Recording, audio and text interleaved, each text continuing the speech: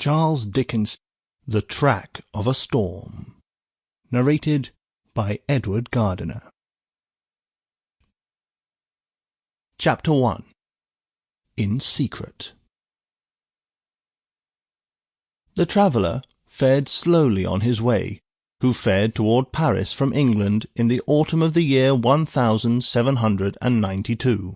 More than enough of bad roads, bad equipages, and bad horses he would have encountered to delay him, though the fallen and unfortunate King of France had been upon his throne in all his glory. But the changed times were fraught with other obstacles than these.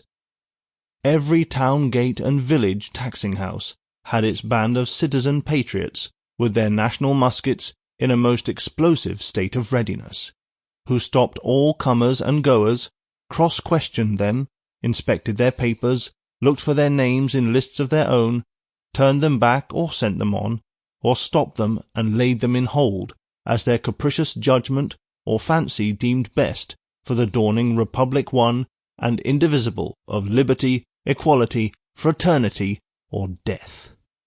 A very few French leagues of this journey were accomplished when Charles Darnay began to perceive that for him, along these country roads, there was no hope of return until he should have been declared a good citizen at Paris. Whatever might befall now, he must on to his journey's end. Not a mean village closed upon him, not a common barrier dropped across the road behind him, but he knew it to be another iron door in the series that was barred between him and England. The universal watchfulness so encompassed him that if he had been taken in a net, or were being forwarded to his destination in a cage, he could not have felt his freedom more completely gone. This universal watchfulness not only stopped him on the highway 20 times in a stage, but retarded his progress 20 times in a day, by riding after him and taking him back, riding before him and stopping him by anticipation, riding with him and keeping him in charge. He had been days upon his journey in France alone, when he went to bed, tired out, in a little town on the high road, still a long way from Paris.